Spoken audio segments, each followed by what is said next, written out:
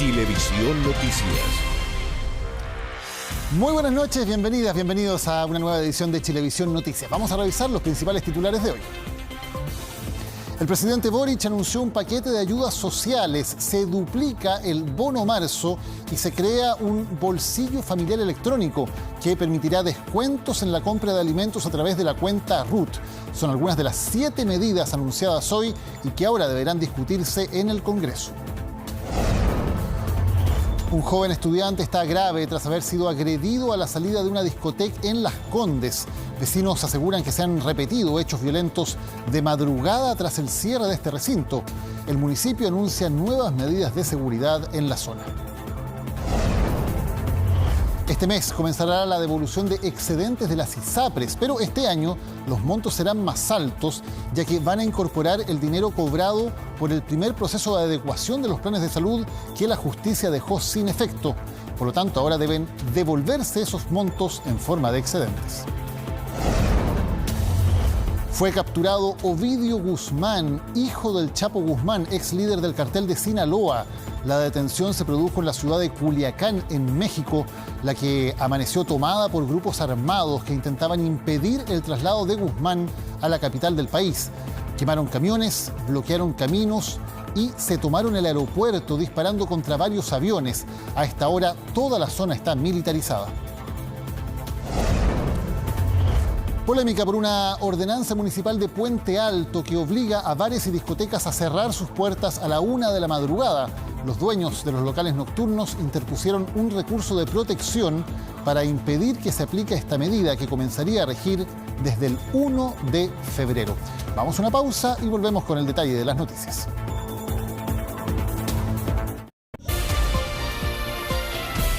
Chilevisión Noticias. Estamos de vuelta en Chilevisión Noticias. Ante el explosivo aumento del tránsito de motos en las calles, también ha crecido el número de fiscalizaciones, que se incrementaron en más de 70% durante el año que recién terminó. Y 1 de cada 3 de estos controles terminó con una infracción. Andrés es uno de los miles de motoristas fiscalizados en las calles. Lo pararon en pleno Santiago Centro para revisar si podía transitar. Aquí me han controlado 2 veces, en este punto. Y en Las Condes, bueno, se van trasladando y sí me ha tocado otras fiscalizaciones. Dice que ha notado el aumento de los controles y es que estos tuvieron una importante alza en 2022, tanto en la capital como a lo largo del país. Cerramos el año con 36.000 fiscalizaciones, un 70% más que el año pasado. Eso significó sacar 12.000 multas y retirar 1.700 vehículos. 12.000 multas, un 50% más que el año pasado. El problema que estamos teniendo en el último tiempo es que hay un alto incumplimiento por parte de los motoristas o los propietarios de las motos, tanto de la ley de tránsito como de la documentación correspondiente de los vehículos. El año pasado en total se realizaron 36.550 fiscalizaciones a motos, una cifra no menor y que preocupa considerando que 1 de cada 3 de estos controles terminó con una infracción. Hemos detectado de todo, de vehículos que no portan la documentación, conductores que no mantienen sus licencias de conducir y dentro de eso también hemos percatado de vehículos que andan con sus placas patente ocultas. Y eso implica un trabajo en puntos donde se reúnen justamente delivery, implica también fiscalización en distintas calles que tienen una alta afluencia de público. Fiscalizaciones que terminaron con casi 1.700 motos sacadas de circulación a nivel nacional. Incluso cada municipio desarrolló sus propias estrategias para controlar. Creamos la brigada Motostop con el objetivo de poder fiscalizar permanentemente las motos que circulan por la comuna y no cumplen con la ley. Nos dimos cuenta que lamentablemente muchas de estas motos están vinculadas con los delitos de motochorro o motoclock. Del 2022 hicimos más o menos 5.000 controles a motos y más de 230 motos fueron retiradas porque sencillamente no tenían ningún papel. Los delitos vinculados a este tipo de transporte, como los motochorros o motoclocks, también aumentaron y por lo mismo los conductores de motos valoran las fiscalizaciones, aunque dicen que falta. Absolutamente necesaria, hay mucha moto ilegal. No es suficiente, yo creo que hay que buscar otra manera para poder atacar la delincuencia. Casi 11.000 infracciones en un año, 50% más que en 2021. Medidas que buscan controlar de alguna manera el panorama en las calles, donde este medio de transporte es cada vez más popular. Excelente. La PDI detuvo a una mujer que estaría involucrada en un violento asalto a un párroco que quedó en estado crítico. Samuel Rojas nos va a contar más al respecto. Samuel, buenas noches.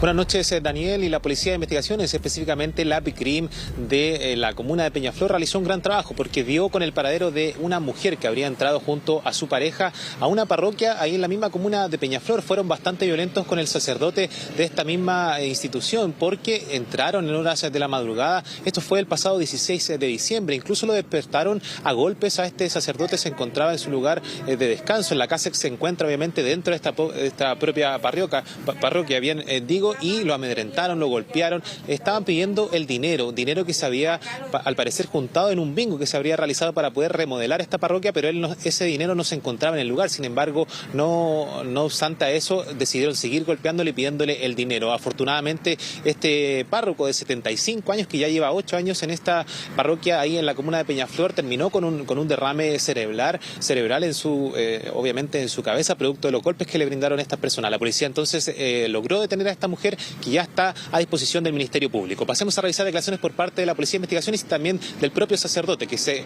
pudo hablar con nosotros esta jornada. La mujer, acompañada de un segundo sujeto, ingresaron a la casa particular del párroco, donde luego de agredirlo físicamente, sustrajeron diversas especies y dinero en efectivo. Se comunicó de la situación al Ministerio Público, quien dispuso que la mujer fuera puesta a disposición del juzgado de garantía respectivo. Tipo 3:15, 3, por ahí esa hora me desperté solo. Lo primero que sentí era que tenía mucho dolor en la cara, ¿no? En la frente, ¿no? En la nariz, etc. Y aparecieron 2 personas encima mío. Un hombre que aquí en el lado izquierdo, ¿no? Una pierna encima mío ahí, y una dama, una mujer, ¿no? Que me decía, cállate, no hables, y el varón, ¿dónde está la plata? Esas son las preguntas que me hacía. Bueno, según información preliminar, el hombre también ya habría sido detenido, pero por personal de Carabineros. Eso se va a estar informando ya en las próximas horas, al parecer el día de mañana. Ya se podría dar cuenta de que ya las 2 personas que hicieron este brutal asalto a este sacerdote ya están detenidos. Gracias, Samuel. Buenas noches.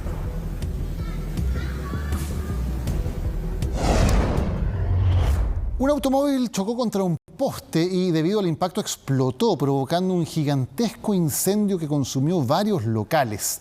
Los ocupantes de este vehículo escaparon y aún permanecen prófugos. Es el único registro del automóvil que provocó un choque que terminó así. Un violento impacto que se tradujo en una explosión y luego las llamas que consumieron locales comerciales que irrumpieron la tranquila madrugada de estos vecinos de Puente Alto. Casi una cuadra completa consumida. Más de 150 bomberos trabajaron toda la noche en este siniestro. Todo comenzó con un auto que venía, dicen, a gran velocidad. Chocó, perdió el control de estabilidad y chocó. Y ahí él chocó con el y se prendió todo. Tras el impacto, el auto explotó y quedó así. En cosa de segundos, el fuego se propagó a los negocios. En primera instancia, el primer local consumido fue una mueblería. El local de Sebastián fue uno de ellos. Sí, estaba todo totalmente quemado ya. Y no fueron nosotros los afectados, fueron varios. Fuimos nosotros, en el segundo piso había otra persona, los de allá, taller de moto y la casa completa y un taller de mueblería. Creo haber sido el único que se salvó, pero son 5 metros que me salvé. El resto del local, no sé, el 95% del local se quemó entero.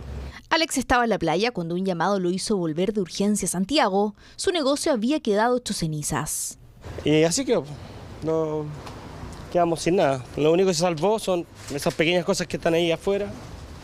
Si bien no hubo lesionados, uno de los puntos más enigmáticos es saber qué pasó con el conductor y pasajeros del vehículo. Se trataría de 2 ocupantes más el chofer. Todos se dieron a la fuga. Como asimismo, en cuanto al vehículo, no podría señalarle también si este se encuentra con algún tipo de encargo vigente, por cuanto resultó dañado en su estructura propiamente tal. Aún las pericias están en desarrollo y la investigación recién comienza. ¿Cómo un auto se puede incendiar tras un impacto de esta magnitud? El combustible, en este caso la gasolina o el diésel, en contacto con alguna fuente de calor, que puede ser el mismo motor o puede ser las conexiones eléctricas, finalmente provoquen contacto entre el combustible, una fuente de calor más el oxígeno y se provoque un incendio. Aún así, para este experto, estos accidentes son menores al 1%. ¿Por qué? Porque los vehículos son intrínsecamente seguros. Finalmente los estanques evitan derrames y que se destruyan inmediatamente, y las partes vienen diseñadas de tal forma de que no provoquen incendios. Familias y locatarios que deberán partir desde cero. Desde el municipio confirmaron su aporte para los afectados. Entregando principalmente apoyo inmobiliario, ayudas básicas como alimentos, camarotes, etcétera, y también entregándoles la posibilidad de otorgarles una vivienda provisoria cuando ellos lo requieran. Hoy las policías buscan dar con el paradero de los responsables, mientras entre los escombros estas familias desde hoy vivirán una nueva vida.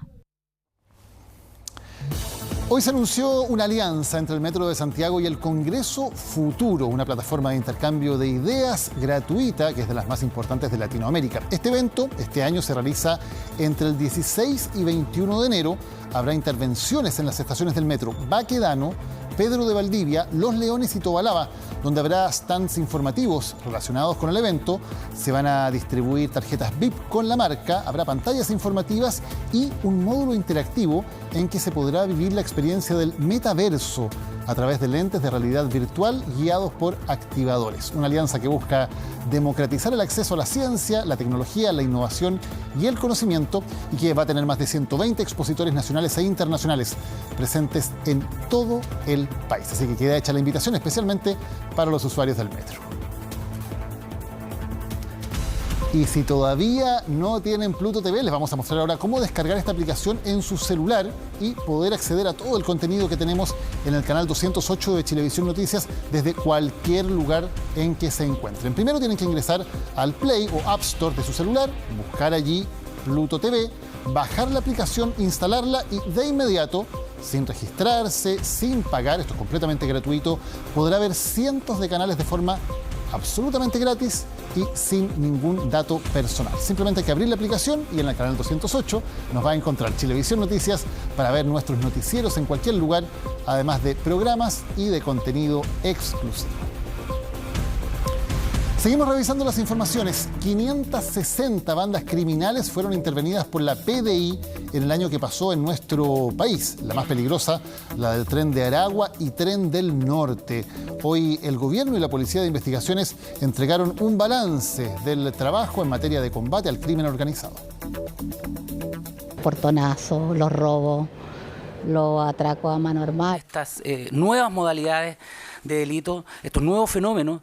Robo, hurto, los portonazos, todo eso. Por el tipo de delitos que estamos viendo en el país, por la mayor sofisticación de los delincuentes que estamos enfrentando. Es la seguridad pública hoy la prioridad. Lo dicen las encuestas, lo reconocen autoridades y sobre todo, la gente en la calle lo siente. Hoy en Chile hay distintos delitos asociados no solo a ladrones, sino que a verdaderas redes criminales internacionales. Aquí por largo tiempo se estuvieron instalando en el país bandas criminales sin que hubiera una reacción oportuna. Por largo tiempo se estuvo discutiendo ardorosamente de seguridad sin fortalecer las policías, sin lograr acuerdos para hacer cosas tan básicas como, por ejemplo, tener una ley de inteligencia o tener una legislación moderna en materia de crimen organizado. Hoy la PDI realizó un balance de su trabajo en 2022, donde se desprende, por ejemplo, que se han intervenido 560 bandas criminales, 71 organizaciones y se ha detenido a 1.364 personas. A hacernos cargo de todas estas complejidades o estas investigaciones de gran magnitud, es decir, ya no perseguimos solamente la droga, sino que estamos persiguiendo el patrimonio, estamos persiguiendo las relaciones que tienen estas personas, cuáles son sus actividades a través de redes sociales, a través de cibercrimen, etcétera, y nos permite hacer más robustas estas investigaciones, ¿cierto? Cifras de un trabajo en desarrollo, pero para algunos sigue siendo insuficiente. Los microallanamientos, se acabaron los microdecomisos, sino que ahora se está atacando ya las cúpulas, porque lo que siempre se buscó, que era departar redes de financiamiento, infraestructura. En ese aspecto han hecho harto, pero la delincuencia está en la calle. Uno cuando ve los portonazos, otro tipo de cosas.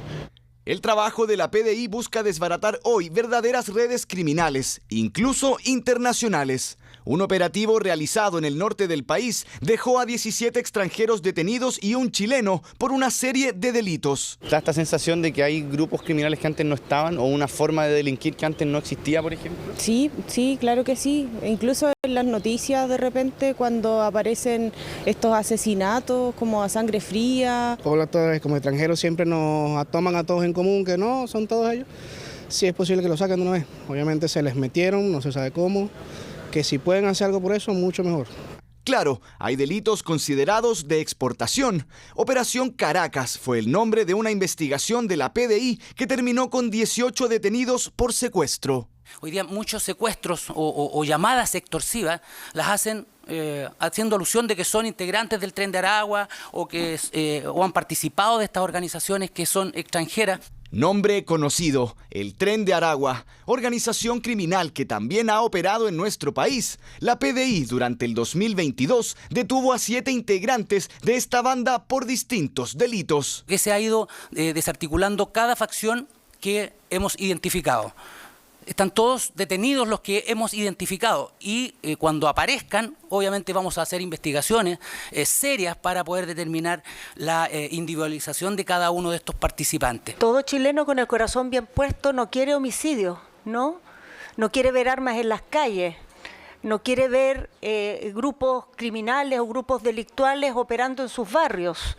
Y ciertamente también es lo que quiere el gobierno. Estrategias que han mostrado resultados, pero para expertos aún hay trabajo por hacer. Policías capacitados para hacer frente a este tipo de organizaciones. Ya no tienen la formación para entender cómo se tratan a estos grupos delictuales, no tienen las capacidades tecnológicas, no tienen las capacidades operativas. Importante desafío que tienen las autoridades para hacerle frente a la mayor problemática de hoy, el combate a la delincuencia. El combate a la delincuencia es sin duda una de las principales preocupaciones ciudadanas. Otra, la difícil situación económica que se prevé también para el año 2023. Y hoy se anunciaron medidas de un plan de ayudas económicas y sociales por parte del gobierno. Entre ellas, duplicar el bono marzo y crear un bolsillo familiar electrónico. En total es un paquete de 7 ejes que busca entregar seguridad económica a 1,5 millones de familias y que ahora tendrá que ser discutido en el Congreso. Anunciar desde la región de Los Ríos medidas importantes para todas las familias de chilenos y chilenas. 1:20 de la tarde y el presidente de la República anunciaba las tan esperadas medidas para la seguridad económica de los chilenos, las que resultaron ser 7. Se va a duplicar su monto. Las familias van a recibir alrededor de 120.000 pesos por carga. Y con esto se va a alcanzar a más de 3 millones de personas pertenecientes a 1,5 millones de hogares. Durante el 2022, el aporte familiar permanente, más conocido como bono marzo, fue de casi 53.000 pesos, pero con el nuevo anuncio será el doble. Eso sí, se realizará en 2 pagos. El primero, tal como todos los años, será en marzo y el segundo se entregará una vez aprobado el proyecto en el Congreso. Bien, me parece. Yo estoy con 2 personas de tercera edad y es complicado para ellos. Bueno, esperemos que se cumpla. Me parece súper bien y ojalá vinieran más ayudas, sobre todo para el adulto mayor. A mí me parece extraordinario porque la gente no puede vivir con tan poco. El bolsillo familiar electrónico, que va a consistir en una transferencia estatal que se va a ingresar a un bolsillo electrónico de la cuenta RUT de las personas. Esta nueva medida entregará 13.500 pesos por carga todos los meses, reemplazando el aporte de la canasta básica de alimentos que se terminaba en abril de este año. No solamente por un mes, no solamente por 2, sino por 8 meses, justamente para ayudar a enfrentar el alza del costo de la vida de las familias, y esto es algo que se va a notar en el bolsillo de quienes nos están escuchando.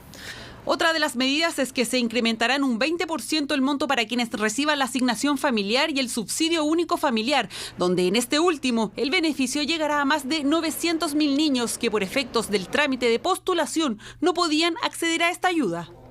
Además, se aumentará en 5.000 pesos la beca de alimentación para los estudiantes de la educación superior y también se extenderá por todo el primer semestre la postulación al IFE laboral y al subsidio Protege.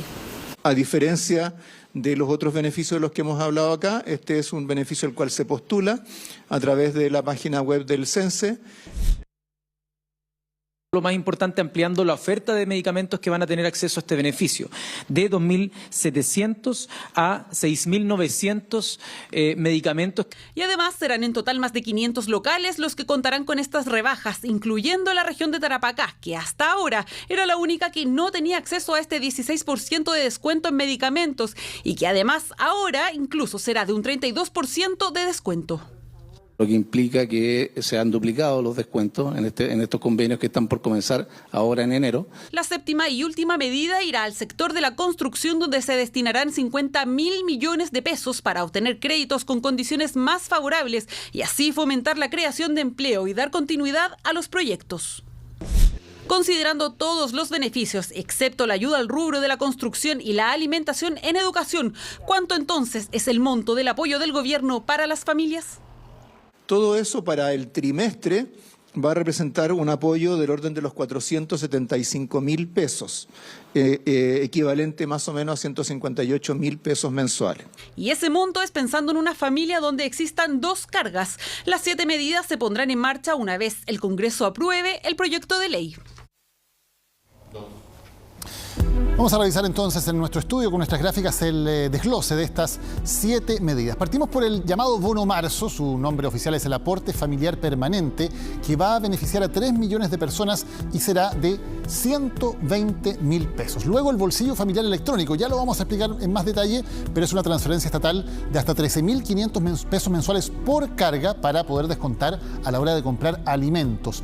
Se incrementa en un 20%, esto es de forma permanente, el monto de la asignación familiar y también del subsidio único familiar. Aumenta en un 20%. Convenios también directos con farmacias, aumentando los descuentos a 6.900 productos. El programa de alimentación escolar, que se traduce en ampliar a 50.000 niñas y niños de prekinder y kinder de colegios públicos este acceso. También se extiende, sigue funcionando el IFE laboral y el subsidio protege durante todo el primer semestre de este año 2023. Y finalmente, esta inyección de 50.000 millones de pesos para créditos en el sector de la construcción, de modo de proteger el empleo en esa área de la economía. Tal vez lo más novedoso es esto del bolsillo familiar electrónico. Es una transferencia directa para la compra de alimentos a través de la cuenta RUT y por cada compra se va a aportar el 20% del total que se haya comprado, compensando así el alza en el costo de la vida que ha estado, como sabemos, muy fuerte, especialmente en el rubro de los alimentos. Pongamos un ejemplo. Digamos que usted, que es beneficiario del plan, compra en un almacén, por ejemplo, 20.000 pesos en alimentos. A través de la cuenta RUT se les va a devolver 4.000 pesos, el 20% de esa compra, de modo que en vez de 20.000 pesos, finalmente la cuenta a usted le va a salir 16.000 pesos. Así va a funcionar entonces entre ellos. ¿Quiénes van a recibir este beneficio? Vamos a revisar las declaraciones que hizo el ministro de Hacienda explicando quiénes pueden entonces recibir los beneficios de los que hemos hablado. Los beneficiarios de este bolsillo familiar electrónico van a ser las mismas personas, los mismos causantes y los mismos beneficiarios que han estado recibiendo el aporte por costo de la canasta básica de alimentos desde mayo de este año.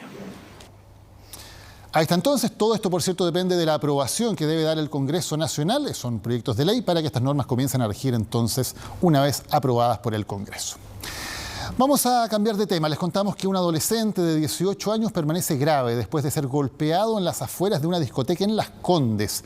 Los vecinos alegan que casos de violencia como este se repiten en las inmediaciones del local nocturno.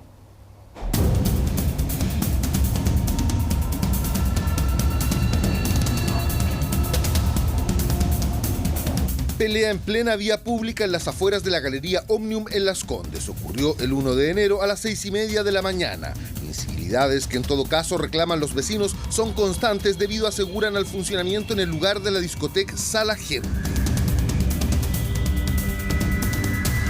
En la noche se ve mucho ruido y mucho grito, pelea, quiebran botellas, toman mucho trago afuera. Está peligrosísimo y no es de ahora, sí, ahora ha aumentado, es peor. De hecho, Cristian Belín denuncia que su hijo fue víctima de una brutal golpiza al salir de la mencionada discoteca tras la fiesta de Año Nuevo que allí se llevó a cabo. Lo habrían golpeado con un elemento contundente, según indicaron algunos testigos, con un fierro. Tras el episodio, su celular desapareció, por lo que no se descarta un intento de robo. Con un cuadro, TEC cerrado, un golpe craneal fatal, abarcándole toda la zona del oído. Yo quiero, bueno, como padre, decirle a cualquier padre acá de Chile que no se lo deseo a nadie, una llamada de un 1 de enero o cualquier día. Y bueno, yo creo que necesitamos paz. La Fiscalía informó que realizan una investigación para dar con los protagonistas de la pelea que dejó a este joven en estado grave. Tiene 18 años y recién egresó de cuarto medio. El proceso ahora de matricularlo o entrar a la universidad, bueno, está por verse ahora, debido a su condición que quede o alguna secuela que venga ahora hacia el futuro. Las cámaras de seguridad del sector dieron cuenta en todo caso de varios hechos de violencia como peleas ocurridos la madrugada del 1 de enero. La Brigada de Homicidios es la que tiene a cargo la investigación. La víctima, un joven de 18 años, es agredido mediante un golpe de puño en las afueras de esta discoteca. Producto de este golpe de puño cae hasta el suelo, se golpea la cabeza. La víctima actualmente se encuentra en riesgo vital. Los vecinos de la Galería Omnium, donde declinaron realizar declaraciones, dicen estar aburridos del ruido de la música y también de las peleas. De hecho, nos entregaron registros en donde se evidencian molestos sonidos.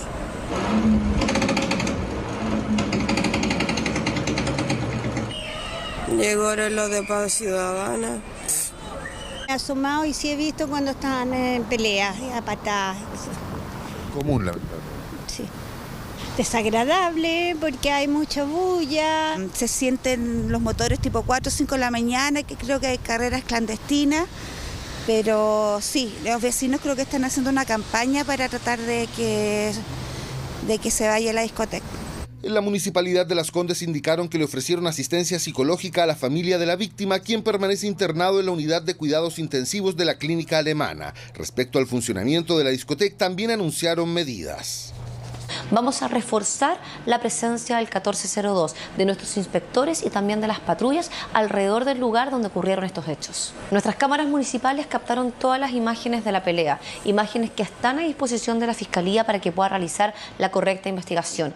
Si usted posee alguna información sobre él o los agresores de este joven de 18 años que se encuentra en estado grave, no duden en entregar esos antecedentes a las autoridades.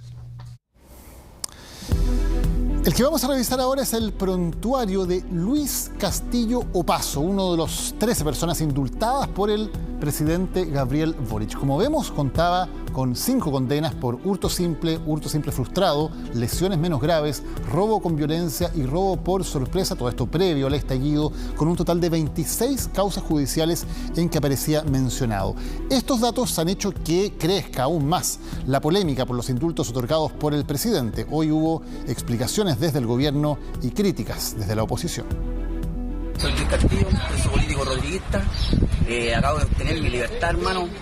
Llegué hace 4 días de la máxima, bajé de los módulos de máxima seguridad de La Serena, llegué a Copiapó, me dieron mi libertad, compañero. Él mismo se presentó y explicó su situación apenas dejó la cárcel. Luis Castillo grabó este video para las redes sociales donde celebraron que fuera liberado, como pedían desde hace meses sus cercanos. Una solicitud que tuvo respuesta el viernes con el indulto otorgado por el presidente Gabriel Boric. Donde exista miseria, va a haber rebelión, donde exista desigualdad, va a haber insurrección, porque los insurrectos no los calmamos, los insurrectos no descansamos, los insurrectos damos la vida por la causa, compañero. Pero si su llamado a la insurrección apenas dejó la cárcel ya generaba polémica, la revelación del prontuario, de quien el viernes hablaba de rebelión, terminó encendiendo todas las alarmas, especialmente tras las declaraciones del mandatario a solo horas de otorgar el indulto a Castillo y otros 12 condenados. Vivimos un proceso que fue tremendamente complejo, en donde estos son jóvenes que no son delincuentes.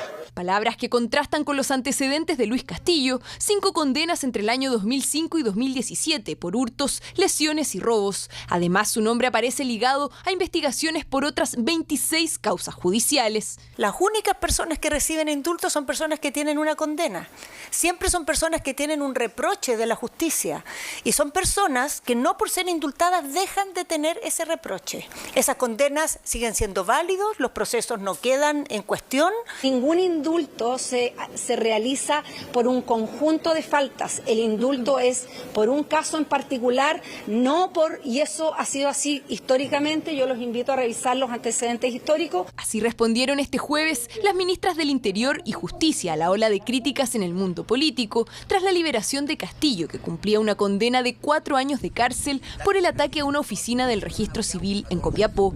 Me parece gravísimo. Luis Castillo sí es un delincuente y haberlo indultado es una irresponsabilidad. Entonces, ¿cómo pudo haber pensado el presidente que era un joven que expresaba su malestar en el estallido social cuando era un simple delincuente? El presidente Boric ha dinamitado la confianza de los chilenos en el supuesto combate contra la delincuencia. Nosotros vamos a hacer 2 cosas como bancada. Una es ir al TC para que nos diga si proceden los indultos y otro ir a Contraloría para que vea si procede que lo firme solo la ministra. Cuestionamientos que poco más tarde también salió a contener desde la región de Los Ríos el propio presidente. Estos indultos en particular, que han sido fruto de una profunda reflexión, tengo la esperanza que sirva para reparar heridas que están abiertas en el país. Presidente, no nos quedó claro si usted sabía los antecedentes. Ya contesté la pregunta. Conferir el indulto. Ya contesté la pregunta. La polémica generó incluso la presentación de proyectos en el Congreso para derogar o limitar la facultad del presidente de realizar indultos particulares. Prohibir los indultos a los narcos, a los condenados por narcotráfico, a los condenados por corrupción pública y a los que sean condenados por crimen organizado. Poner como condición que cualquier indultado tiene que haber cumplido por lo menos la mitad de su pena. Mientras parlamentarios de Apruebo Dignidad pidieron al presidente otorgar nuevos indultos a los llamados presos del estallido, y otros no descartan que se vuelvan a otorgar a otro tipo de condenados. Podría indultar a más personas, ya sea vinculada al estallido social u otras consideraciones. Polémica por los indultos que a una semana de su anuncio siguen generando dolores de cabeza a la moneda. Ya contesté la pregunta, decía el presidente Boric, pero la verdad es que no la contestó. La pregunta es si él estaba informado de que este indultado en particular tenía todo este prontuario policial previo al estallido. Ahí está una duda muy importante, porque no sabemos si hubo un problema de información, que el presidente no conocía esta información al momento de decidir el indulto, o si aún conociéndola decidió de todas formas indultarlo. Esa es la pregunta que repetidamente hizo la prensa en el día de hoy y para la cual no hubo respuesta. Vamos a otras informaciones. El alcalde de Valparaíso propuso la creación de una policía del turismo ante los casos delictuales que han afectado a visitantes, especialmente del extranjero. Una política que existe en otros países, como vamos a ver en la siguiente nota.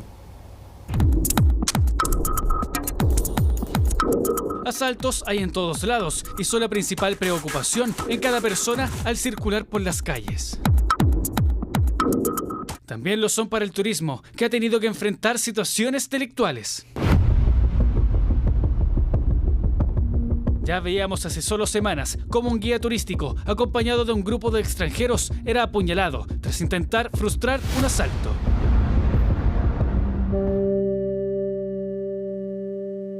Encantado con nuestro país, Peter Harrison, en su calidad de fotógrafo, registraba los maravillosos paisajes que ofrece Reñaca, pero de un minuto a otro, su percepción de un lugar seguro cambió por completo. Le robaron más de 20 millones de pesos en equipos fotográficos. Tengo muchos recuerdos de Chile, soy un fan de Chile, y este fue un incidente que pasó, pero no creo que represente la esencia de Chile. Sí espero que alguien me pueda ayudar a recuperar estos archivos. Por casos como estos, es que desde la quinta región está surgiendo con fuerza una llamativa propuesta que hace años se aplica en otros países y puede significar lo siguiente.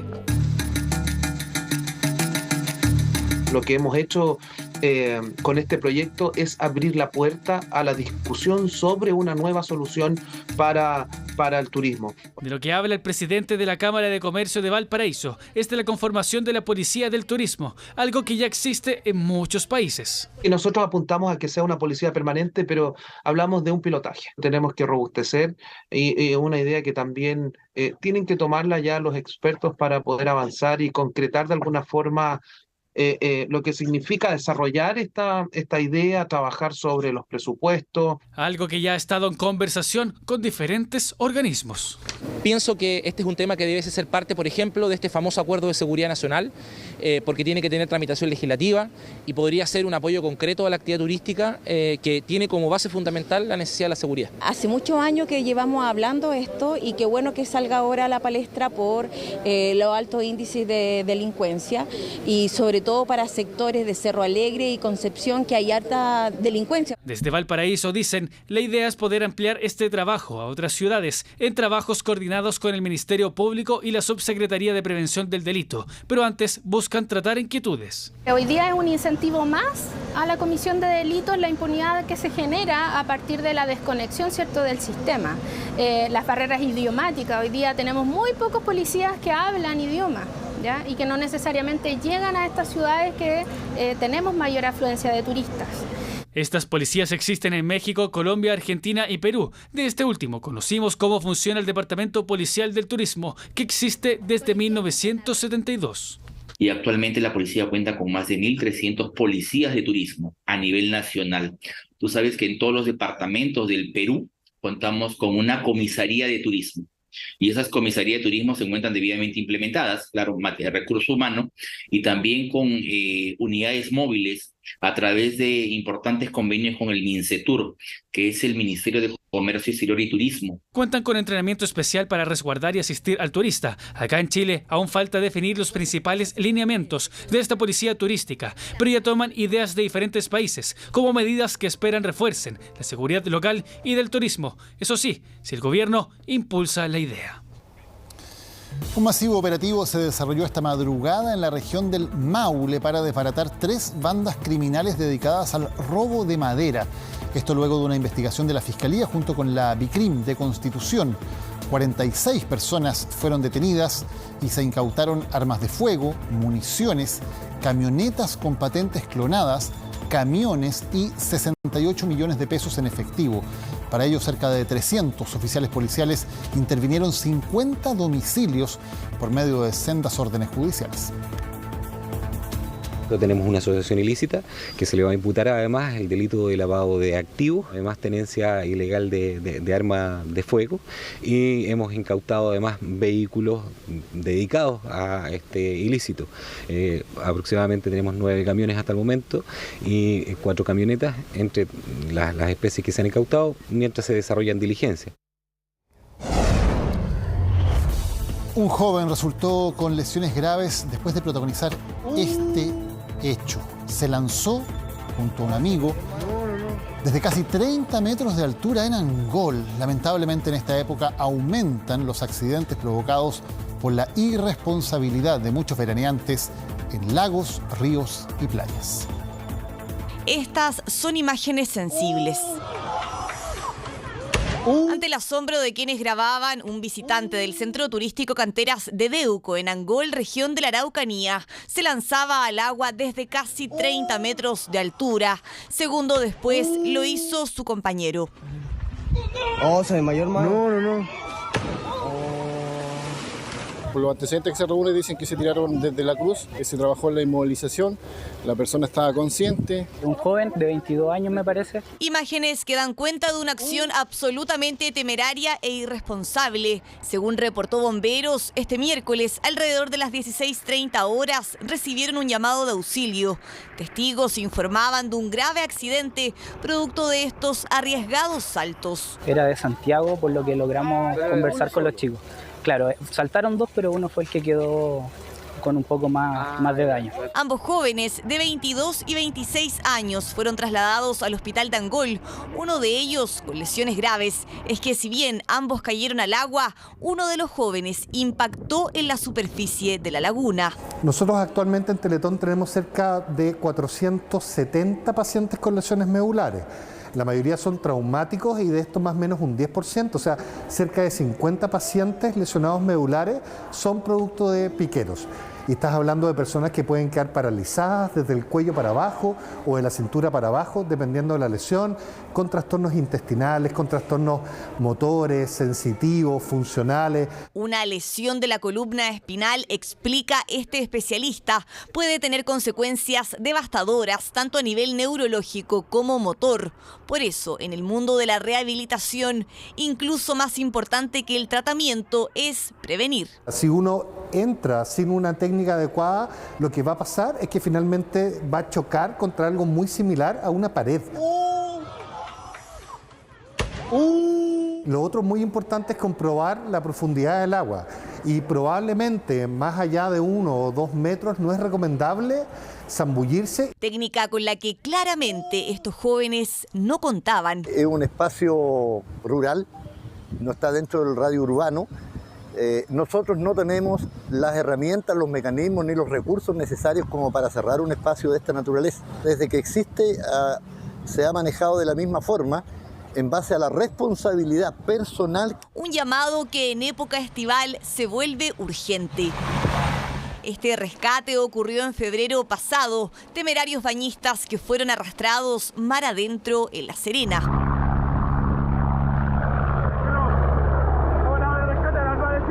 El centro turístico Canteras de Deuco se encuentra a 8 kilómetros de la comuna de Angol. Área de picnic, zona de botes, bicicletas acuáticas, kayak, cabalgatas y trekking son algunas de las actividades que se ofrecen.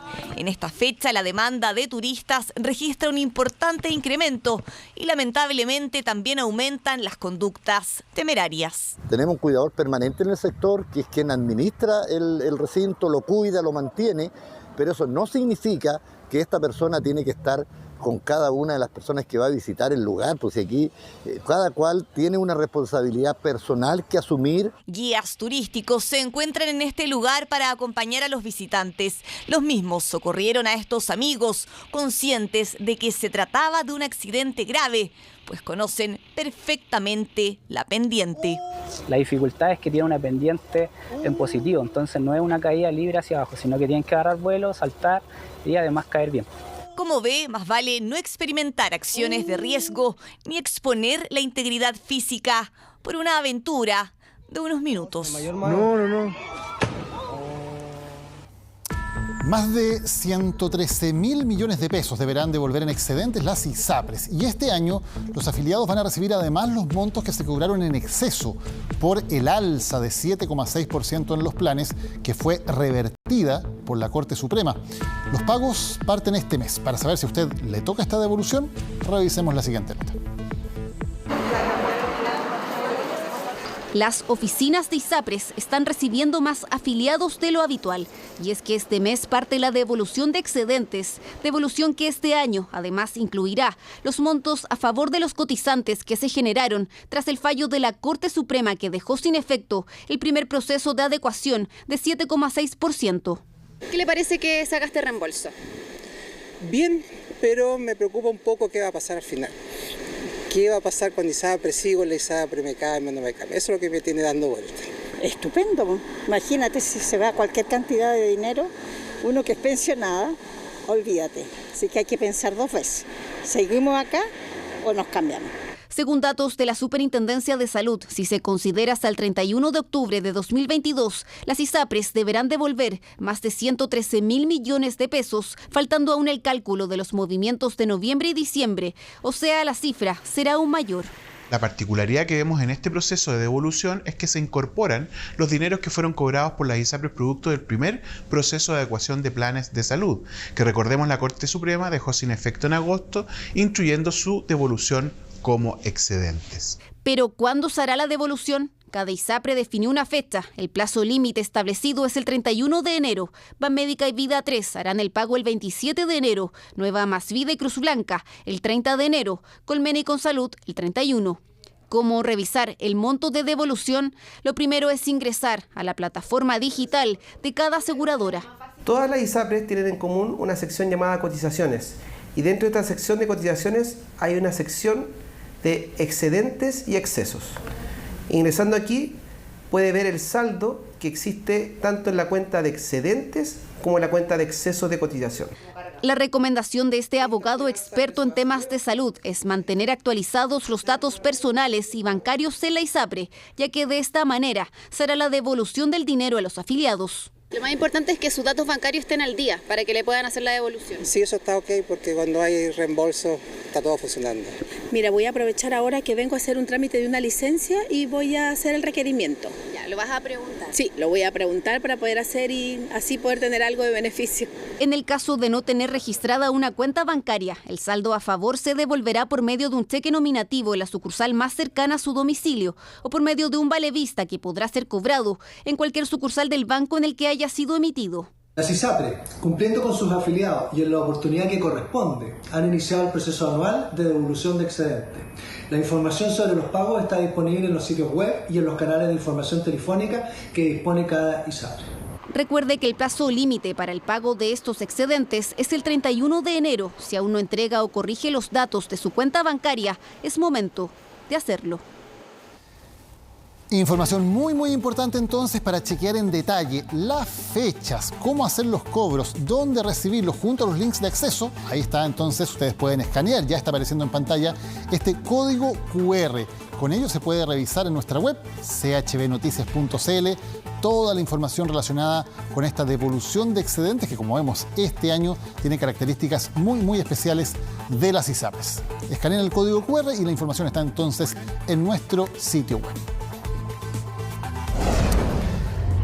Vamos a otro tema. El gobierno espera que al fin la tercera sea la vencida. Ángel Valencia es el tercer nombre que propone el presidente Boric para fiscal nacional. Este abogado no era el favorito de la moneda, pero tendría buenas opciones de ser ratificado en el Senado, que ya rechazó los dos primeros nombres que había propuesto el gobierno. Primer candidato del gobierno, ministra, entendiendo que esas causas fueron por las mismas ministras cuestionadas, ¿no? Usted lo admitió cuando se presentó Marta Herrera, que había ministras que habían cuestionado. Oye, ¿sabes qué? Yo en la mejor de las ondas respondí, sí, pido respeto también. Pero le quiero preguntar eso último. Sin responder sobre el posible cuestionamiento al interior del gobierno al nombre del nuevo candidato fiscal nacional. Así se retiraba la ministra de Justicia del Congreso. Ha sido una de las repercusiones tras conocerse que Ángel Valencia es el nuevo nombre propuesto por el Ejecutivo, el mismo que ha estado en la quina desde un inicio, pero su nombre generaba discrepancias. El gobierno no tenía ningún veto, no existía ningún veto respecto de ninguna de las candidaturas. Otra cosa es que las organizaciones de mujeres y que luchan contra la violencia en contra de género y la propia ministra, que tiene un mandato específico de preocuparse por esas materias, hayan manifestado una preocupación. Preocupación que se da debido a la defensa como abogado que realizó Valencia en casos judiciales de connotación sexual. Hay muchos reparos de distintos senadores, me incluyo con Ángel Valencia, y eso se lo comunicamos al gobierno. Los abogados lamentablemente tienen que muchas veces defender causas que no pueden ser de su agrado, pero que son de sus características profesionales. Diferencias que se dan al interior del oficialismo, pero que pese a ello contaría con el apoyo mayoritario del sector. Viene con un hándicap respecto de lo que ha ocurrido defendiendo a personas que han cometido abusos sexuales contra menores. Por eso sorprendió el nombre de Valencia. Algunas voces hablan de una moneda de cambio frente a la acusación constitucional contra la ministra de Justicia. El candidato era otro hasta ayer en la tarde. ¿Era Meléndez? Sí, pues. ¿Y qué pasó? No sé, pues. Pregúntenle al presidente que se quedó en un avión en Valdivia. Yo no hago monedas de cambio en estas cosas. Lo que me corresponde a mí es, dentro de esa quina, presentar un nombre al Senado. Hemos presentado 2 que han sido rechazados por el Senado. Ahora presentamos un tercero. ¿Van a hacer lo mismo? Yo les invito acá a que actuemos de una vez por todas con responsabilidad. Ángel Valencia es abogado de la Universidad de Chile. Ha sido docente en diversas casas de estudio. Ha ejercido las defensas de Rafael Garay y el ex general director de Carabineros, Bruno Villalobos. Y esto era lo que decía en su exposición en noviembre pasado ante la Corte Suprema. El Ministerio Público no puede realizar su actividad encastillado, aislado de las demás instituciones del sistema de justicia penal. Actuar de ese modo solo contribuye a la impunidad. La tercera carta propuesta por la moneda estaba desde un principio en la lista de los 5 candidatos para fiscal nacional, pero en las 2 ocasiones anteriores no fue considerado. ¿Pesó en esta oportunidad la voluntad del Senado? Esto no tiene que ver con otros cálculos que eso mismo, el mejor nombre disponible dentro de la quina y que tenga posibilidad de obtener estos amplios, digamos, quórum que se requieren. Ahora Ángel Valencia deberá exponer ante la Comisión de Constitución del Senado. Será el próximo lunes, el mismo día en que se sabrá si la tercera es la vencida. El reclamo de un pasajero al que no se le permitió abordar un avión puso de relieve la situación de los llamados pasajeros disruptivos. En algunos países hay verdaderas listas negras de quienes tienen prohibido abordar un vuelo. ¿Qué pasa en Chile? Se lo contamos en esta nota. No ha sido uno ni tampoco dos, sino que una veintena de registros en los que se aprecia como algún pasajero de un vuelo discute, insulta o incluso agrede al personal a bordo. Los denominados pasajeros disruptivos son una realidad presente en los aeropuertos del mundo y nuestro país no ha estado exento de situaciones como estas. Todo el avión, estúpida. Déjate pegada con todo el avión. Soltame y no me toques. En países como Estados Unidos, la Administración Federal de Aviación publica registros de la cantidad de incidentes año a año. De hecho, en 2022 fueron más de 2.300 los casos denunciados y como una consecuencia directa más severa, varias aerolíneas prohibieron el acceso a estos pasajeros en futuros vuelos. Yo creo que igual está bien, o sea, por el respeto a otros pasajeros y para que no se vuelva a cometer otros errores de antes. Es que a veces es la única forma en que te ponen atención, porque si uno no levanta la voz, uno puede ser muy amable, tener toda la educación posible, la paciencia posible, y de repente no hay resultados con eso. Acá en Chile la realidad no es muy distinta. De hecho, actualmente existen en el Poder Judicial al menos 3 demandas en contra de 2 aerolíneas por no permitir el ingreso a pasajeros que están en las denominadas listas negras. Registros realizados luego de que fueron categorizados como disruptivos producto de algún altercado a bordo. Como consecuencia, en uno de estos casos, un pasajero y toda su familia no pudieron abordar el avión esta semana para ir de vacaciones.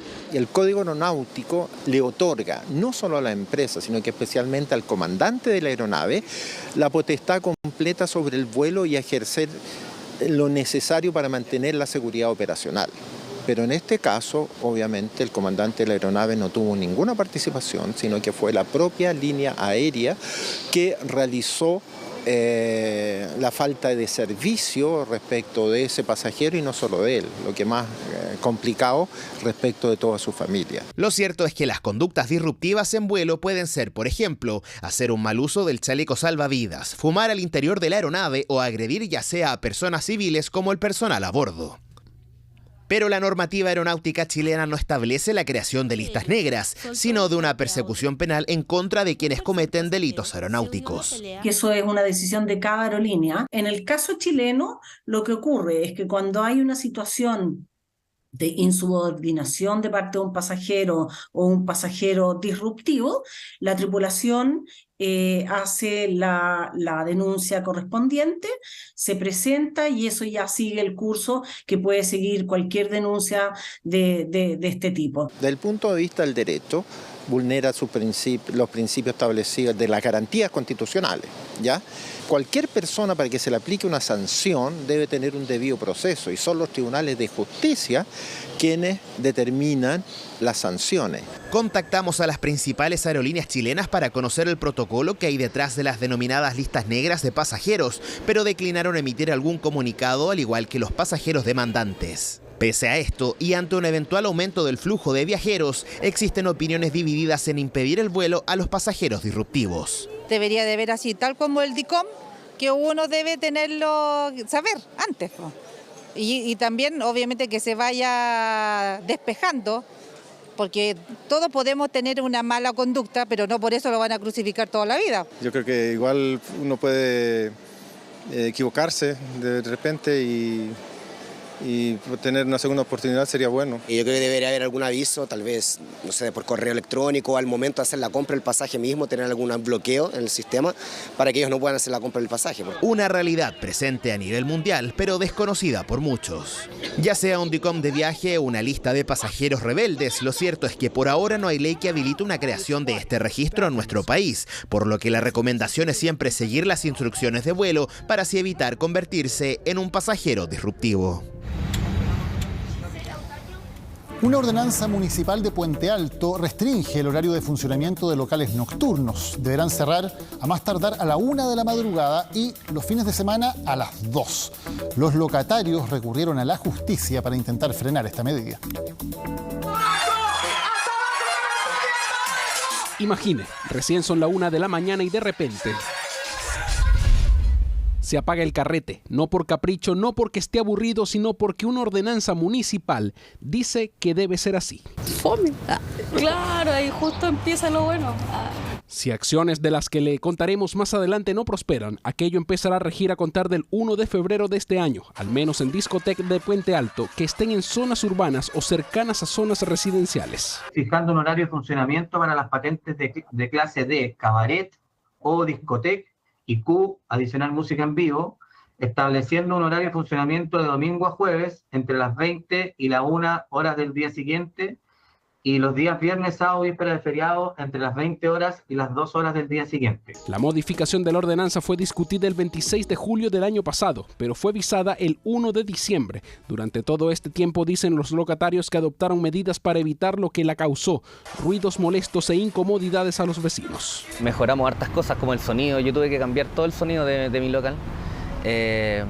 Trabajamos también en los estacionamientos de la gente que se estacionaba en la calle. Lo ilógico es que veníamos trabajando con vecinos y con la misma municipalidad y eso quedó en nada. Hay polémica, pero una acción podría revertir la ordenanza. La Asociación de Empresarios Nocturnos interpuso un recurso de protección ante la Corte de Apelaciones de Santiago. Esta ordenanza es una sentencia de muerte para los locales nocturnos de Puente Alto. El horario que se coloca es irreal al funcionamiento de los locales. Ya se interpuso esa medida y estamos a la espera de la admisibilidad en la Corte y ojalá una orden de no innovar para que detenga este acto, a nuestro entender, ilegal y arbitrario. La ordenanza, dicen los locatarios, que terminaría causando el cierre de sus locales y con ello otras consecuencias, decenas de trabajadores despedidos. Yo solo en mi local trabajan 60 personas.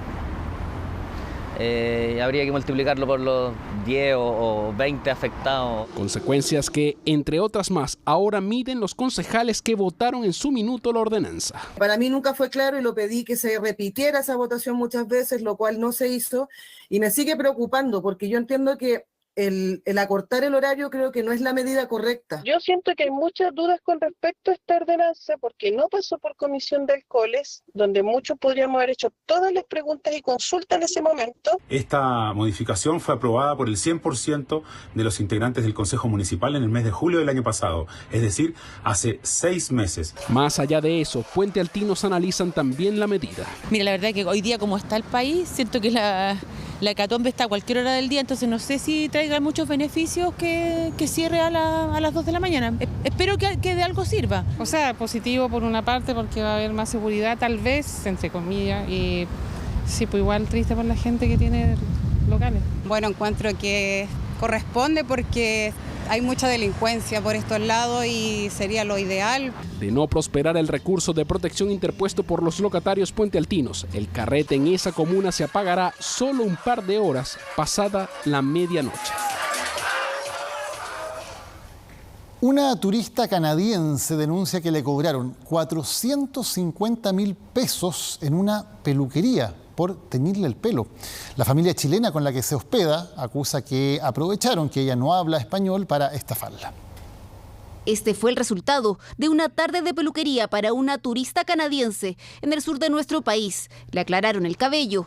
Al interior de esta casa está el salón de belleza. Lo que llamó la atención de la familia chilena que la hospeda es el precio exorbitante que le cobraron. Y le preguntamos cuánto le habían cobrado. Y ella, por el poco español que sabe, nos dijo que le habrían cobrado 450.000 pesos, lo cual nosotros dijimos se equivocó por el tema del idioma y le cobraron 45.000 pesos. No, y ella me dice, no, 450.000. Yo fui a hablar allá a la peluquería. 450 lucas por una teñido de pelo de una niña que apenas habla español. Sin vergüenza. Y le pagó 300 lucas en efectivo.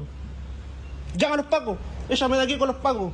Este video lo grabó Daniel cuando fue a pedir explicaciones a la peluquería donde se atendió la joven canadiense. Se trata de un centro estético en la comuna de San Javier, en la región del Maule. Dice que apenas habla español.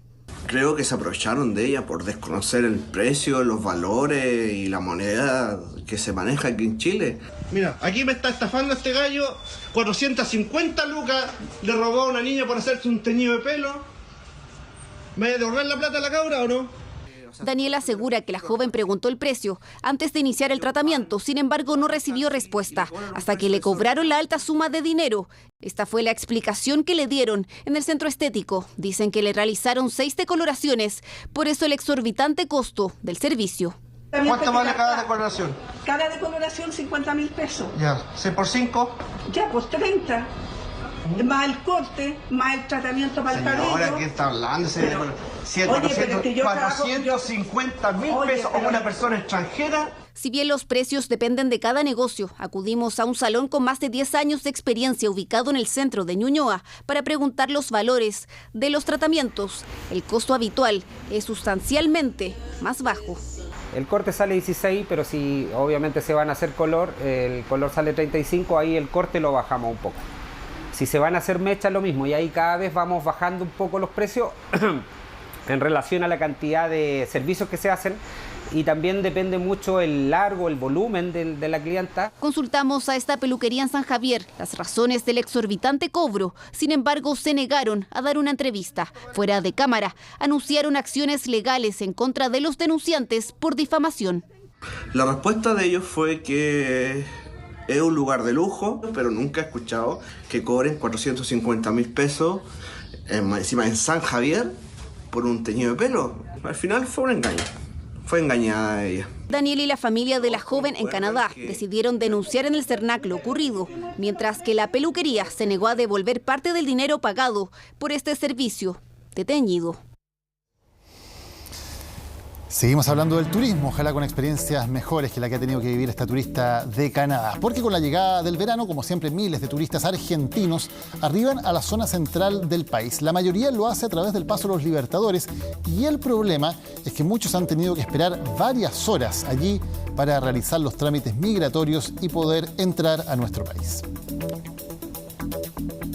Comienza la primera quincena del verano y junto con eso un éxodo masivo de turistas argentinos. La llegada ha sido a tal nivel que en Viña del Mar ya se aprecia una cantidad importante de trasandinos que en su mayoría disfrutan las bondades de la quinta región.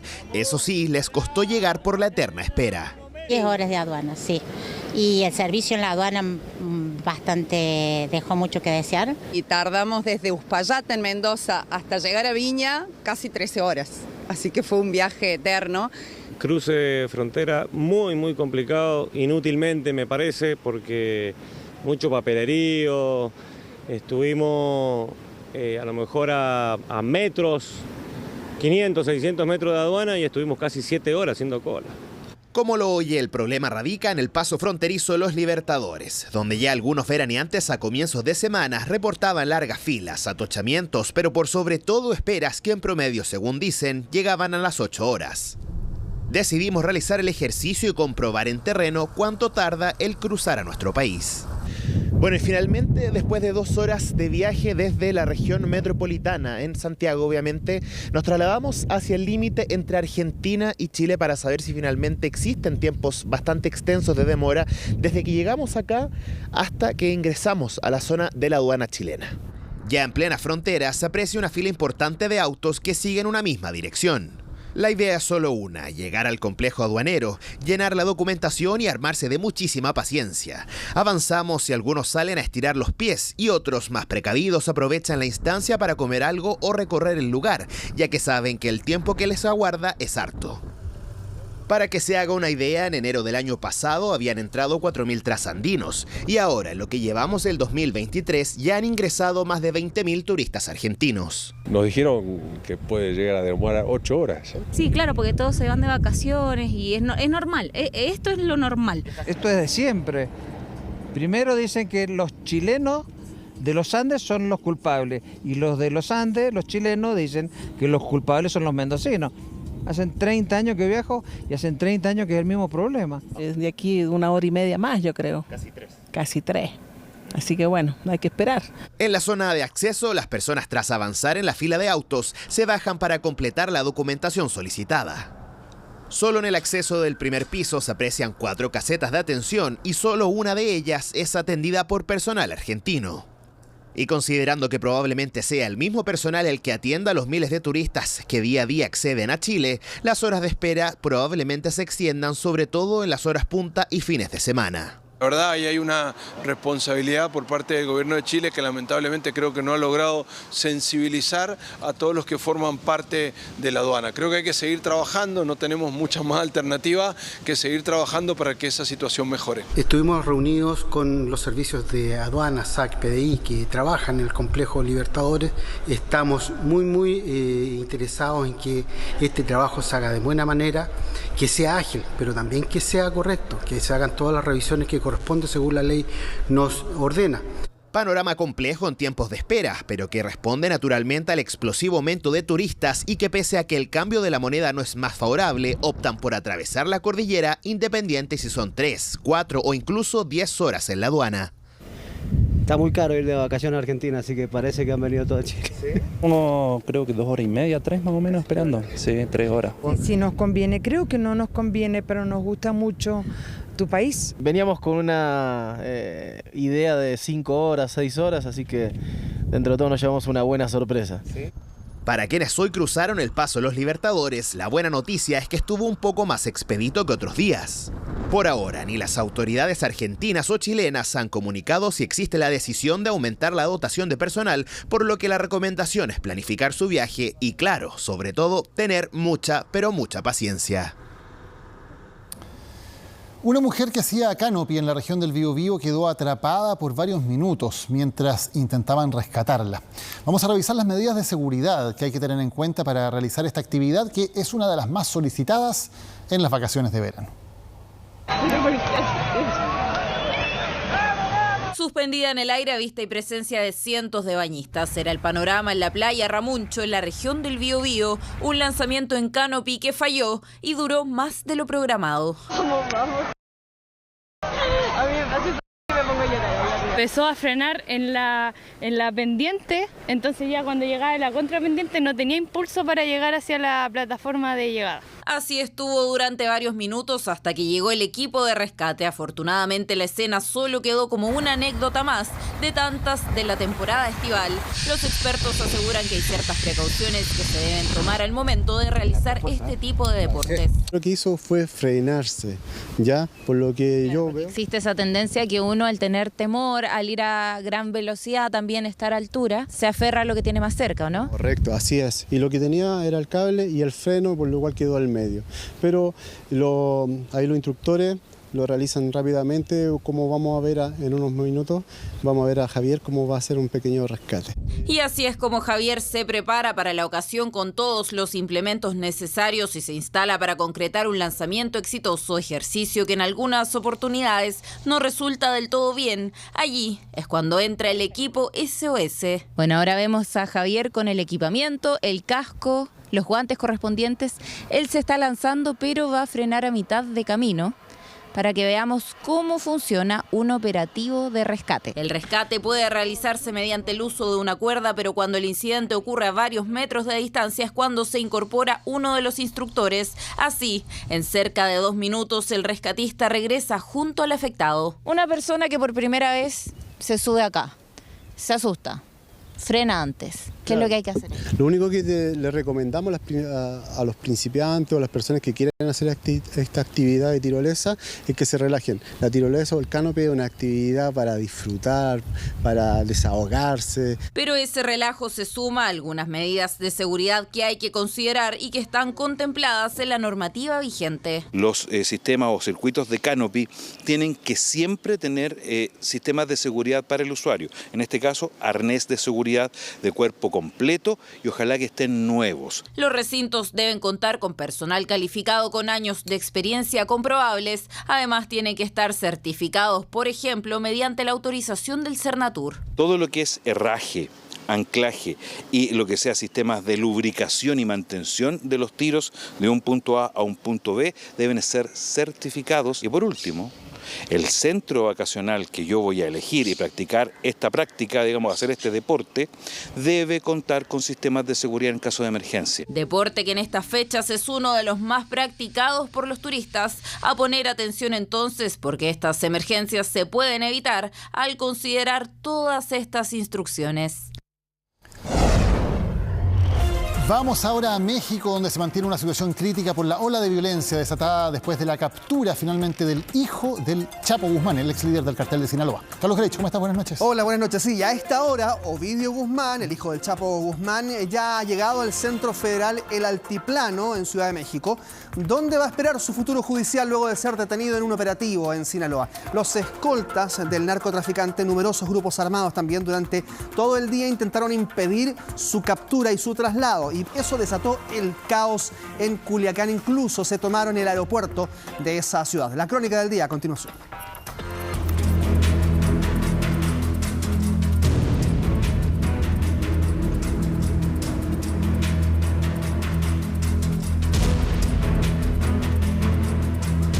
Jesús María es el nombre de una pequeña localidad en las afueras de Culiacán, en Sinaloa. Allí estaba Ovidio Guzmán junto a un grupo de sus escoltas cuando fueron sorprendidos por equipos de fuerzas especiales mexicanos. Un operativo que, de acuerdo a las autoridades, fue el resultado de un trabajo de inteligencia de meses, siguiendo a quien ejerciera como líder del cartel de Sinaloa, una de las mayores redes de narcotráfico del mundo, luego de la caída de su padre, Joaquín Guzmán Loera. El operativo realizado por las fuerzas federales fue ejecutado de manera estratégica mediante el uso de inteligencia operativa y la coordinación de la Secretaría de la Defensa Nacional. Desde ese momento, Culiacán y sus alrededores se convirtieron en un auténtico campo de guerra. Para evitar la detención de su líder, los seguidores de Ovidio salieron desde diversos puntos en decenas de camiones y vehículos fuertemente armados. Quemaron buses, bloquearon carreteras hasta en 19 accesos a la ciudad. Las fuerzas militares debieron salir a las calles en enfrentamientos que se extendieron durante todo el día. Después de controlar la agresión directa en contra de las fuerzas de seguridad, se identificó a Ovidio N. entre los integrantes de este grupo delincuencial, logrando su aseguramiento en posesión de armamento exclusivo del Ejército y Fuerza Aérea mexicanos. Ya avanzada la mañana, la prensa le preguntaba por lo ocurrido al presidente Andrés Manuel López Obrador, ampliamente criticado por su política contra el crimen organizado. No sabemos todavía cómo están los acontecimientos en Sinaloa. Hay un operativo. Lo que las autoridades mexicanas quisieron evitar es que se repitiera el fracaso de octubre de 2019, cuando la detención de Ovidio Guzmán generó la respuesta inmediata de sus grupos armados. El caos fue tal que el gobierno retrocedió. López Obrador lo justificó así. Respaldé esa postura porque considero que lo más importante es la protección de las personas. Los seguidores de Ovidio intentaron desde la madrugada replicar aquel caos que permitió liberarlo, pero esta vez la respuesta fue más ágil. Guzmán fue rápidamente llevado al aeropuerto de Culiacán y hasta allá llegaron las milicias armadas para intentar frenar el vuelo que llevaría a su líder a Ciudad de México.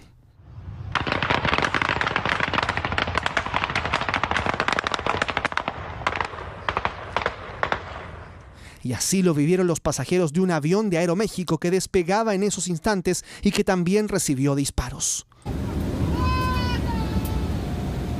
¿Qué pasó? ¿Qué pasó?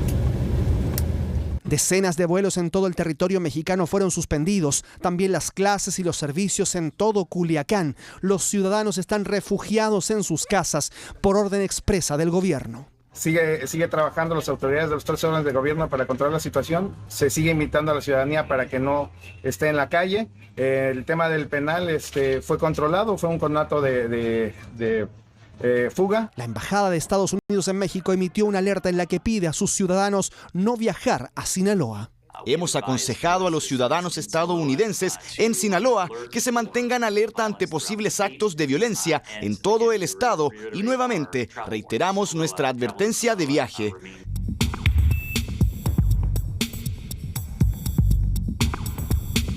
Varios estados fronterizos con Sinaloa se preparan para el efecto cucaracha de integrantes de los carteles del narcotráfico que pretenda extender el terror por todo el norte, zona que ya está militarizada luego de la captura de uno de los hombres fuertes del crimen organizado a nivel mundial.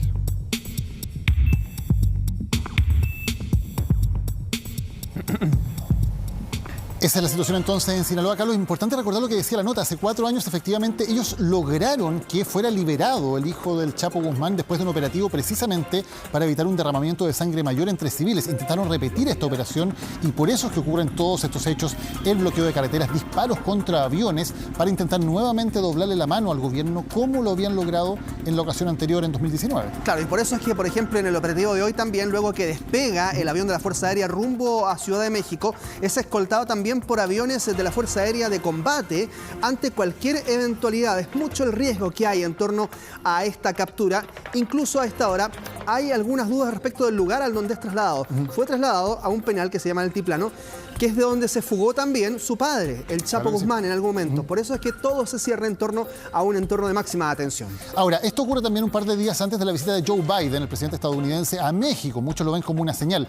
¿Qué podría pasar ahora? ¿Podría ser extraditado a Estados Unidos o cuáles serían los futuros pasos judiciales? A ver, los cargos que enfrenta siguen siendo de narcotráfico, al igual que Joaquín Guzmán, es decir, narcotráfico a Estados Unidos, la operación del cártel de Sinaloa. Por tanto, podría ser solicitada esta extradición. Pero durante la tarde habló el canciller Marcelo Ebrard y dijo que no está contemplada una extradición en el corto plazo porque todavía tiene cuentas pendientes que pagar en México, y eso es lo primero por lo que deberá responder Ovidio Guzmán. Así es que habrá que ver si la presión de Estados Unidos, del propio Joe Biden incluso, puede ser más fuerte y eventualmente acelerar esta extradición a Estados Unidos. Un episodio más de la guerra que vive México con miles de muertes contra el narcotráfico.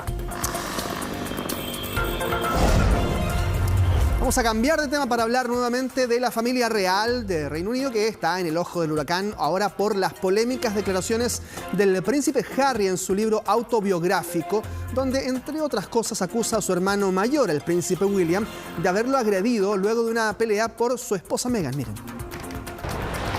Me agarró por el cuello, rajó mi collar y me tiró al suelo. Aterricé en el plato del perro que se partió debajo de mi espalda. Los pedazos me cortaron. Me quedé allí por un momento, aturdido, luego me puse de pie y le dije que saliera. Así describió el príncipe Harry el incidente entre él y su hermano mayor, el príncipe William, que tiene a la familia real del Reino Unido nuevamente en el centro de la polémica. En su autobiografía llamada Spare, término que se traduce como repuesto, el duque de Sussex asegura que su hermano lo agredió, lastimándole la espalda tras una discusión en su hogar de Londres durante 2019. Según consignó The Guardian, que tuvo acceso a la preventa del libro en España, William habría llamado a Meghan difícil, grosera y áspera, lo que resultó en un enfrentamiento que terminó con William disculpándose. Se dio la vuelta y volvió a llamar a la puerta. No es necesario que le cuentes a Meg sobre esto. Los ciudadanos del Reino Unido han tenido reacciones variadas con respecto al incidente. Harry y Meghan estaban ganando decenas de millones de libras lavando su ropa sucia, la ropa de su familia en público. Y creo que es impactante. Creo que los hermanos tienen peleas todo el tiempo. Entonces, ya sabes, creo que probablemente haya algo de verdad en eso. Pero no creo que sea tan malo como él ha dicho. El título del libro autobiográfico de Harry, Spare, alude a un viejo dicho de la aristocracia británica que indica que el primer hijo es heredero de títulos, poder y fortuna y que el segundo es un repuesto en caso de que algo le suceda al primogénito. Así, Harry cuenta la historia de cómo su padre, Carlos III, supuestamente le habría dicho a su esposa, la princesa Diana, el día de su nacimiento: Él dijo, maravilloso, ahora me has dado un heredero y un repuesto. Mi trabajo está hecho. El libro además relata el famoso incidente en el que Harry asistió a una fiesta vistiendo un uniforme nazi en 2005, imagen que lo llenó de críticas. El duque de Sussex afirma que William y su esposa, Kate Middleton, le habrían dado el vamos para que utilizara el disfraz. Este libro se suma al documental de Harry y Meghan estrenado en diciembre pasado, donde comparten detalles sobre los retos que los llevaron a decidir retirarse definitivamente de la familia real. Creo que va a aparecer en los titulares, obviamente, y tendrá un impacto en ese sentido. Y es, como dije, perjudicial para la marca, la firma y la institución. Pero creo que la gente ya tiene opiniones muy fuertes sobre Meghan y Harry y probablemente no cambiarán de acuerdo con lo que dicen ahora. Spare sale a la venta oficialmente a nivel mundial la próxima semana, por lo que se espera que aún haya más situaciones ocultas que revelar sobre la turbulenta relación entre Harry y Meghan y la familia real. Les recordamos que a partir de las 10 de la noche, Chilevisión está autorizado para transmitir programación para mayores de 18 años. Y seguimos revisando noticias internacionales que nos llevan nuevamente, Carlos, a la guerra en Ucrania. Sí, porque Vladimir Putin ha anunciado una tregua de 2 días en Ucrania. Esto por la Navidad ortodoxa, debido a que hay gran cantidad de población que profesa esa religión en el territorio. Es desde la tarde del viernes hasta la medianoche del 7 de enero. Son 36 horas. El patriarca de los ortodoxos, el patriarca Kirill, habría anunciado el cese al fuego y esto entonces es recibido por Vladimir Putin. Ahora, hay esfuerzos que se siguen haciendo porque estas treguas no sean algo puntual, sino que obviamente haya un alto al fuego perenne, digamos, que se mantenga en el tiempo. Y aquí hay también algunas críticas respecto de lo que ha ocurrido en torno a Vladimir Putin y esta decisión. El propio Joe Biden dice que es nada más que un respiro que se están tomando las fuerzas rusas a propósito de lo que ha ocurrido en los últimos días también con ellos. Claro, y además en medio de una disputa religiosa, porque recordemos que una de las medidas que ha tomado el gobierno de Ucrania ha sido el cierre de la iglesia ortodoxa rusa que está operando en ese país por considerar que sigue siendo una especie de avanzada del Kremlin dentro del territorio ucraniano, de modo que también hay una disputa entre la iglesia ortodoxa ucraniana local y la que responde a Moscú. La duda es si Ucrania va a acatar este alto al fuego, esta tregua, porque han dicho que, de todas formas, cualquier tregua debe ser con Rusia fuera de los territorios ocupados. Y es lo que esperamos, que pueda haber una tregua permanente en esos territorios. Muchas gracias, Carlos. Buenas noches. Vamos a una pausa y volvemos con más en Chilevisión Noticias. BHP, el futuro está aquí, está sucediendo ahora. Y Pantanal, gran estreno, este domingo en Chilevisión y Paramount Plus. Están presentando Hay un líder para todos tus veranos. Comenzó el especial renovación en Sodimac. Y Top Gun Maverick, imperdible en Paramount Plus. Están presentando Chilevisión Noticias. Estamos de vuelta y seguimos revisando panoramas para quienes se quedan en Santiago durante este verano. Y una opción que es un clásico, pero siempre muy vigente, es el Cerro San Cristóbal con el Parque Metropolitano. Tiene nuevas atracciones y siempre es un panorama imperdible, especialmente pensando en los niños. Buscar qué hacer en Santiago durante vacaciones a veces resulta un poco complicado, pero los clásicos de siempre son una buena alternativa. Reencantarse con los lugares íconos de la capital puede ser la opción. Llegamos al Parque Metropolitano. Aquí le vamos a presentar algunas actividades pagadas y gratuitas para que durante todo el día se puedan divertir en un día de verano.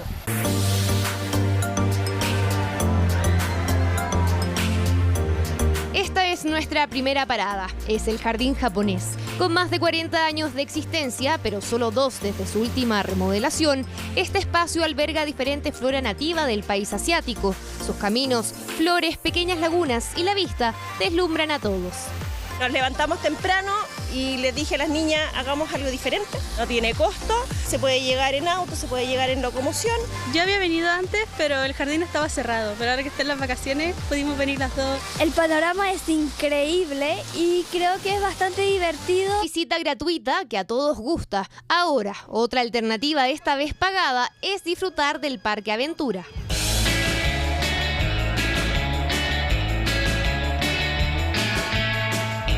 Parque Aventura es una especie de parque que está hecho de manera introductoria a este tipo de actividades outdoor, que es en canopy, muro de escalada, está hecho para niños a partir de 1,15 m en adelante.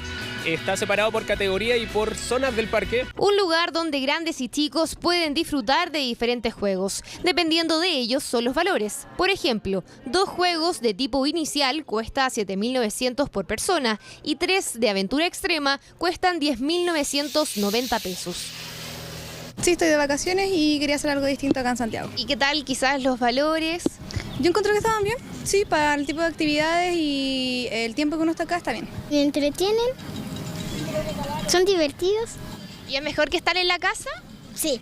Diversión y adrenalina que entusiasman a todos, pero continuamos el recorrido por el parque y llegó la hora de subirnos al clásico teleférico, el cual solo de ida hasta la cumbre cuesta 2.650 pesos los adultos y 1.720 los niños en la semana. Ahora, si usted quiere subir y bajar en teleférico, los valores aumentan a 3.400 los adultos y 2.210 los niños durante los días hábiles. Los fines de semana, los valores aumentan un poco más. Son 47 cabinas, trabajamos de martes a domingo, de 10 de la mañana hasta las 7:45 de la tarde. Tenemos 3 estaciones, está la principal, Tupahue se llama la estación del medio, donde está la piscina, y la estación final en la icónica cumbre. Quería puro venir a pasarlo bien, pues entonces lo trajimos a dar una vueltecita. Al zoológico, la Virgen, ver los santuarios, hartas cositas. Va a ver al teleférico. Ahora de precios, ¿qué tal un día de panorama acá en el cerro? Sí, accesible para todos, para los niños sobre todo. Barato, para dar una vueltecita.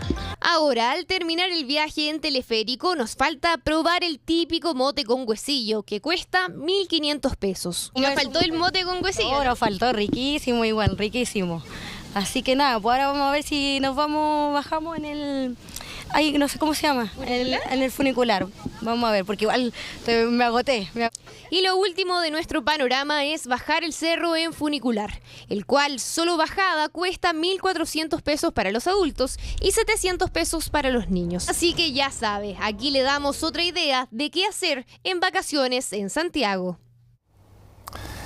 En los años 90 fue tan impresionante el éxito de la versión original de la teleserie Pantanal en Chile que incluso un grupo de vecinos bautizó su villa con el nombre de esta novela.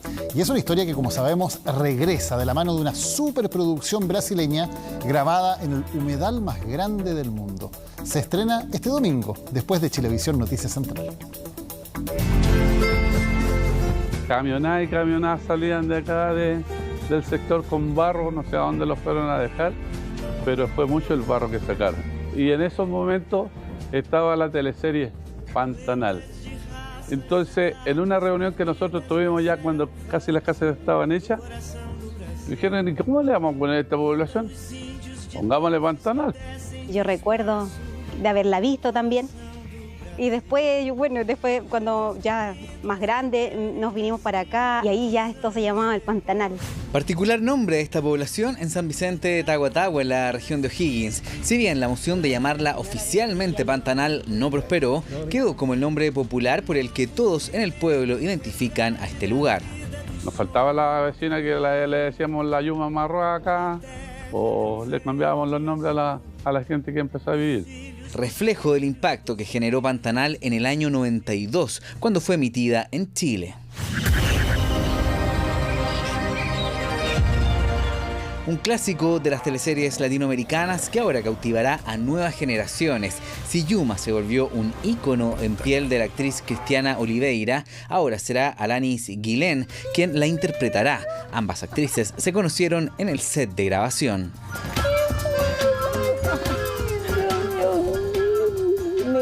Deus, minha Juninha. Queria conhecer tua casa. Minha não, sua. Nossa. Ai, cara, que massa. Olha aí. Aqui é o poço que a gente pega as águas, né? Aqui é... Ali é onde a sucuri se esconde, às vezes, o véio do rio. Aqui é onde a gente bota a arma. A gente deixa ela aqui em cima. Aí já pega y ya va.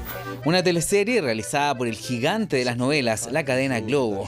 Una producción impresionante que se trasladó durante meses a Pantanal, el humedal más grande del mundo. Cerca de 160 millones de pesos costó cada uno de sus capítulos. Para llegar a la locación donde la novela Pantanal está siendo grabada, fueron horas de camino y abrir muchas puertas. Esta es una de las casonas que se ha convertido en casa y camarín de los actores. Aquí a mi lado está parte de la ropa que usa Yuma Marruá, uno de los personajes más queridos. Producción de alto nivel que fue grabada en 8K, lo que permitirá ver cada historia, cada locación con una definición que nos hará sentir en Pantanal. Y todo esto es posible porque hoy la tecnología está de nuestro lado. La captación de cada escena es de altísima resolución. Eso quiere decir que en la televisión de nuestra casa disfrutaremos de los colores y sensaciones de este paraíso gracias a estas bellezas.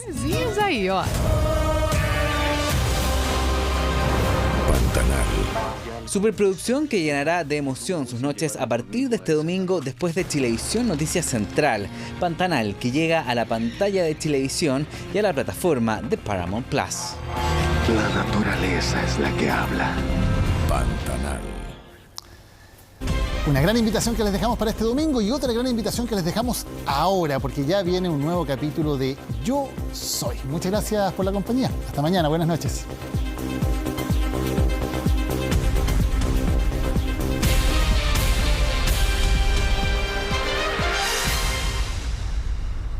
MG.